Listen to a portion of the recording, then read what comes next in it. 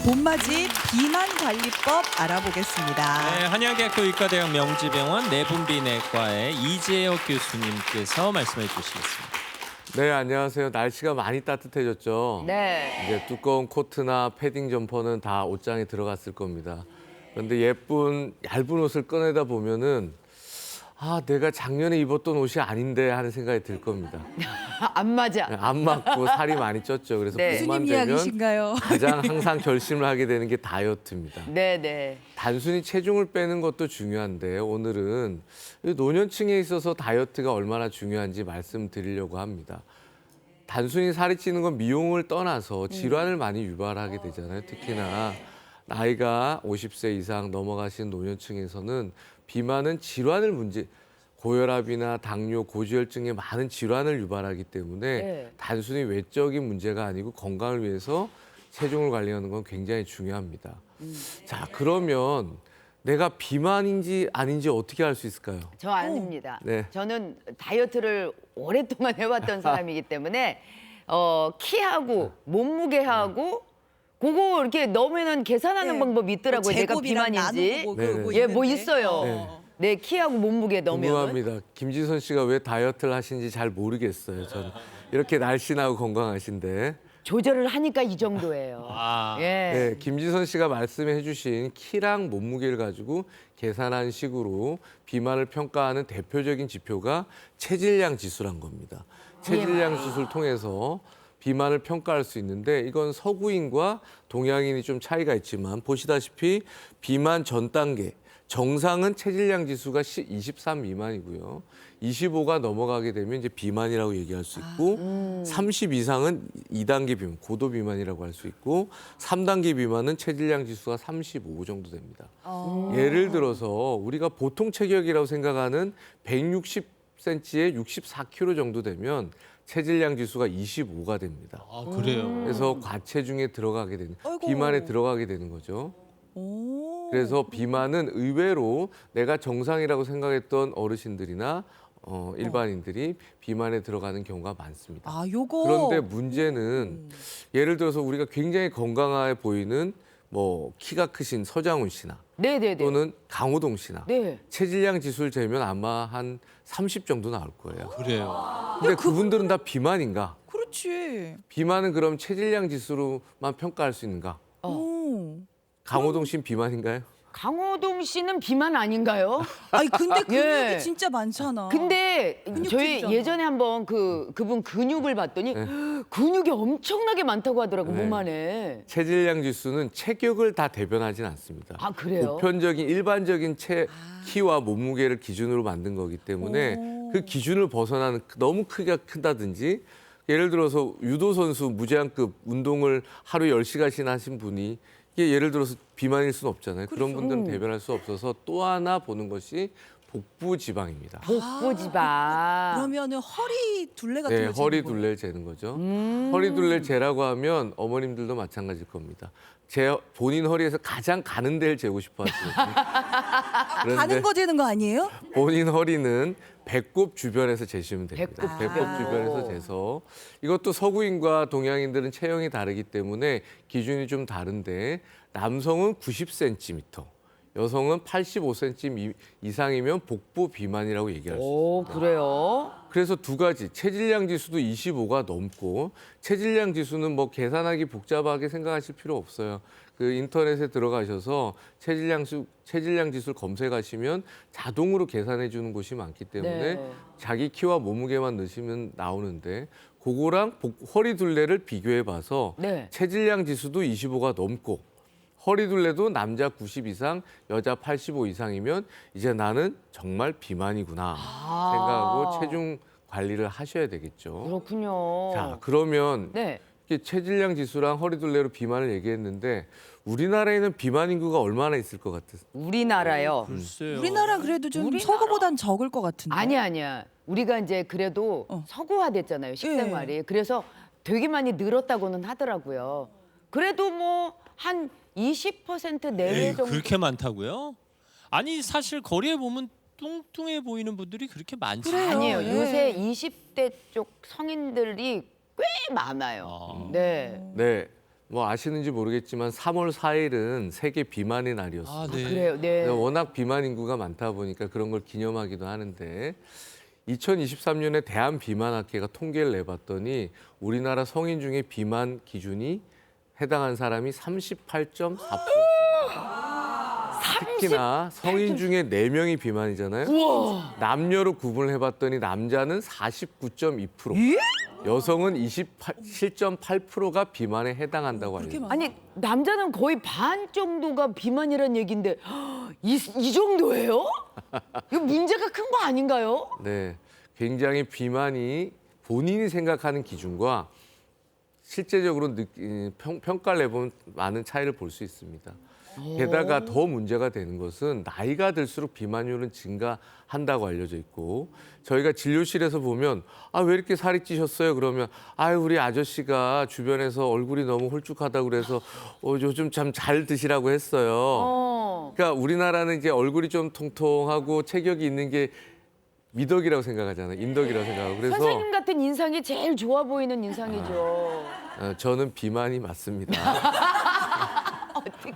그래서 비만은 어르신들이 특히나 외형적으로 너무 마르면 주변 사람들한테 왜 어디가 아프냐 이런 얘기를 맞아요. 들으니까 체중을 관리를 못 하신 분이 있어요. 하지만 비만은 미용의 문제가 아닙니다. 이제는 비만이 아니고 비만병이라는 표현을 쓰기 때문에 비만병. 질환의 문제인 겁니다.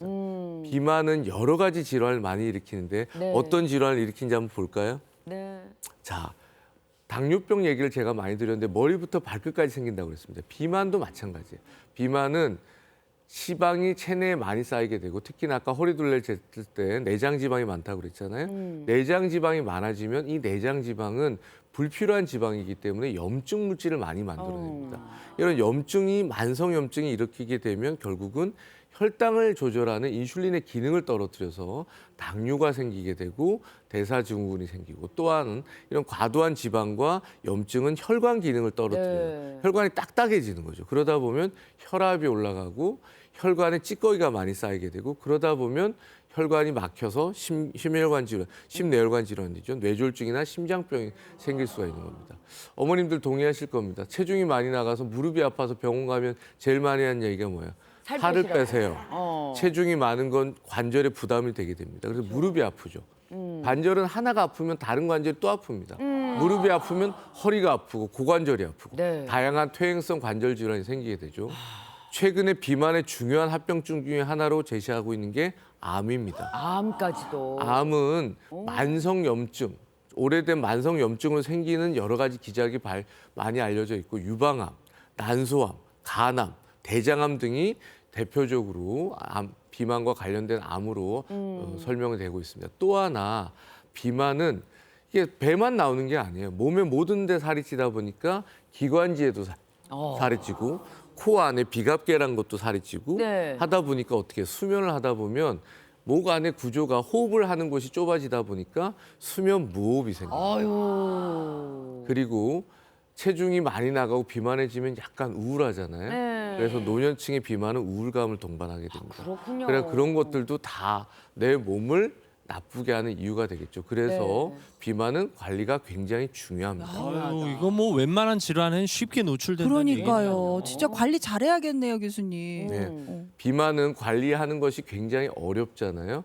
그래서 오늘은 모든 비만을 다 설명드릴 수는 없고 네. 노년기에 오는 근감소성 비만과 갱년기 비만 관리법에 대해서 먼저 말씀드리려고 합니다. 네. 근감소성 비만이란 게 뭘까요? 근육이 빠지는 거고. 근육이 그렇죠. 빠지는 비만? 네. 말 그대로 뭐예요? 체형으로 보면 네. 올챙이 배를 가지고 팔다리는 가는 분들. 왜 거미 몸이라고 해야 되나요? 네, 어르신들한테 특히 많죠. 그러니까 점점 어르신들 그런 식으로 어르신들이 체형이 많습니다. 변해요. 특히 60세 이상의 노년층은 나 젊었을 때 40대랑 체중은 별로 늘지 않았어요. 예. 하는데 질환이 많이 생긴단 말이죠. 네. 근데 그분의 체형을 사진을 보면 팔다리는 더 가늘어졌는데 배는 더 많이 나오고 체중은 똑같고 이런 네. 상태입니다. 그래서 근육량이 많이 줄고 특히나 체지방, 특히 내장 지방이 많이 늘면서 체중은 똑같지만 체형에 또 체성분의 변화를 통해서 질환이 많이 생기게 됩니다. 이런 근감소성 비만은 특히나 노년층에 굉장히 위험한데 네. 어떤 위험들이 있는지 한번 설명을 드리려고 합니다. 네.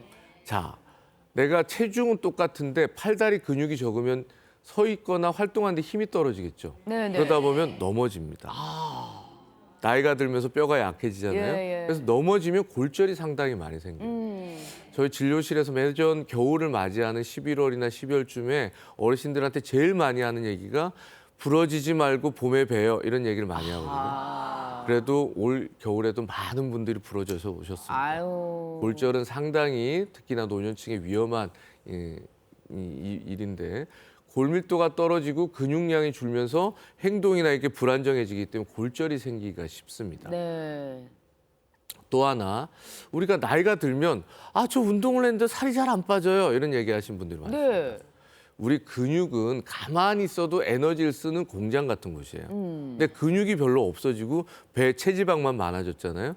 그럼 같은 운동을 해도 살이 잘 빠지질 않고 저 음식 별로 안 먹는데요 해도 살이 잘 안 빠집니다. 네. 기초 대사량을 유지하는 건 근육이기 때문에 근육을 유지해서 기초 대사량을 확보하는 게 중요하거든요. 그래서 어르신들이 팔다리가 가늘고 배만 나오셨는데 그냥 슬슬 산책만 하세요. 근육을 키우기 위한 운동이 굉장히 중요합니다. 그렇군요. 또 하나는 왜 병원에 못 오셨어요 지난번에 그러면 저 기력이 힘이 들어가지고 병원에 지난번에는 딸내미만 보냈습니다 하신 분들이 많습니다. 거동을 잘 못하시는 거예요. 기운이 아이고. 없으니까 근력이 떨어지면 어머님들도 마찬가지고 밖에 잘 못 나가면 우울하잖아요. 그렇죠. 그러다 보니까 여러 가지 심리적인 요인이나 신체적인 활동이 떨어져서 근감소증 비만은 무기력증에 빠질 수 있고 특히 노년층에 있어서 사회적 고립으로 이어질 수 있기 때문에 네. 굉장히 위험할 수 있죠. 아니 근데 근감소성 비만이라고 하면은 체중 변화는 없을 수도 있다는 거잖아요. 그럼 어떻게 알 수 있어요? 자, 그러면 근감소증 비만을 확인하는 방법을 말씀드릴 텐데 네. 많은 분들이 이제 헬스장도 가고 보건소나 여러 가지 기관에 가시면 체성분 분석기라는 게 있어요. 네, 네, 서가지고 네. 양손으로 잡고 재는 기기가 있잖아요. 네, 네, 네. 그런 걸 재보면 내 근육량과 지방량을 추정해 볼 수 있어요. 100% 정확한 건 아닌데 네, 네. 추정해 볼 수 있습니다.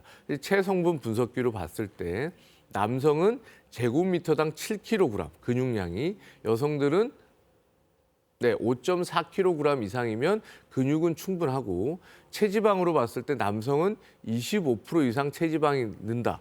그래서 근육이 제곱미터당 7kg 미만이고 체지방이 25% 이상이면 나는 근육은 적고 근감소성 비만이구나. 여성들은 제곱미터당 5.4kg 미만이고 체지방이 30% 이상이면 나는 근육은 너무 적은 근감소성 비만이라고 추정을 해볼 수 있어요. 그렇군요. 보건소 가서 한번 예. 근데 점검을 검사를 해볼 수가 없잖아요. 그래서 실질적으로 측정해보는 방법이 몇 개 있는데 우리 몸의 근육은 팔다리에 대부분 있어요. 네, 네, 네. 그래서 손의 악력을 재보는 게 근력을 오. 측정하는 방법입니다. 그래요? 악력기가 있는데 우리 또 운동을 네네. 많이 하시는 김지선님 한번 악력을 재보도록 하겠습니다. 그럼 제가 한번 재보도록 하겠습니다. 참고로 김지선 씨 운동 진짜 많이 하시니까 잘 나올 것 같은데. 네, 한번 재볼게요.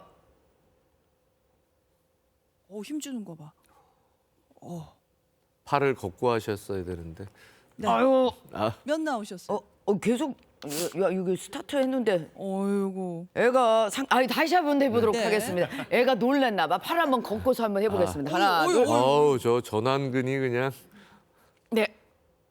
요 정도, 요 정도, 요 힘이 정도. 넘는 것 같은데. 자, 그렇다면 몇 치세요? 26.3입니다. 아. 26.3. 이게 높은 편이고 남성은 28, 여자는 18 이상이면 악력이 좋은 건데 김지선님 거의 남성 근육량을 가지고 계십니다. 여보. 네. 내 앞에서 살살 행동하세요. 자, 악력기도 집에 없을 수 있잖아요. 그러면 그렇죠. 보조적으로 종아리 둘레를 재볼 수 있는데 종아리. 남성들은 35 정도, 여성들은 33 이상이면 근육량이 충분하다고 얘기할 수 허벅지 말고 있고 종아리를 하는 종아리도 종아리요. 대표적인 근육이 있는 게 허벅지랑 종아리인데 종아리 근육을 재보시면 됩니다. 자, 또 하나는 간편하게 잴 수가 있는데 김지선님 다시 한번 도와주실까요? 네. 이제는 의자를- 상체 근육은 악력기를 이용해서 쟀고 네. 하체 근육량을 재는 간단한 방법을 설명드리겠습니다. 네. 자, 제가 시간을 재볼 텐데요. 네네. 자, 손을 앞으로 하고 의자에 앉았다 일어섰다를 5번 반복할 겁니다. 이게 얼마나 걸리나 한번 볼 거예요. 자, 네. 시작하시죠. 시작.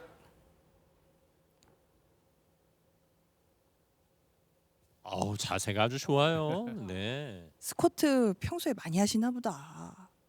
5번 안 됐나요? 5번입니다. 네네. 자, 이게 12초 이상 걸리면 하체 근육이 좀 떨어졌다고 얘기하는데 네.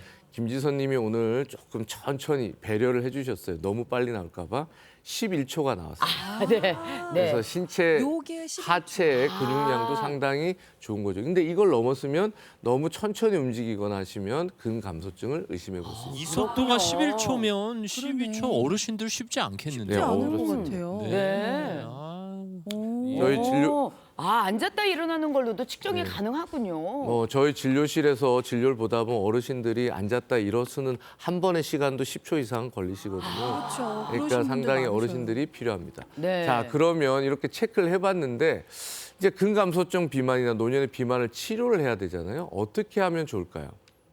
어떻게 하면 좋을까요? 대부분 근감소증 비만이 있거나 노년층의 비만이 있으면 어르신들이 음식을 줄이는 게 일반적이에요. 그렇죠. 저 음식을 많이 안 먹습니다. 뭐도 안 먹어요. 뭐도 안 먹어요. 이렇게 얘기하시거든요. 근데 노년기에 근감소증 비만의 가장 중요한 것은 잘 먹는 겁니다. 잘 드셔야 된다고요. 근육을 만들어야 되잖아요. 아니 근데 그래서 잘 드시면 또 살이 찔까 봐. 좋은 음식을 잘 먹는 거죠. 좋은 음식을. 그래서 보통은 어떻게 드세요? 그러면 저 밥하고 김치하고 이렇게 먹었습니다. 밥하고 대부분 젓가락하고. 식사를 어르신들이 그렇게 하세요. 단백질을 잘 먹는 게 굉장히 중요하고요. 충분한 단백질을 먹어야 되는데 몸무게 1kg당 1에서 1.2에서 1.5g 정도의 단백질 섭취를 꼭 해야 됩니다.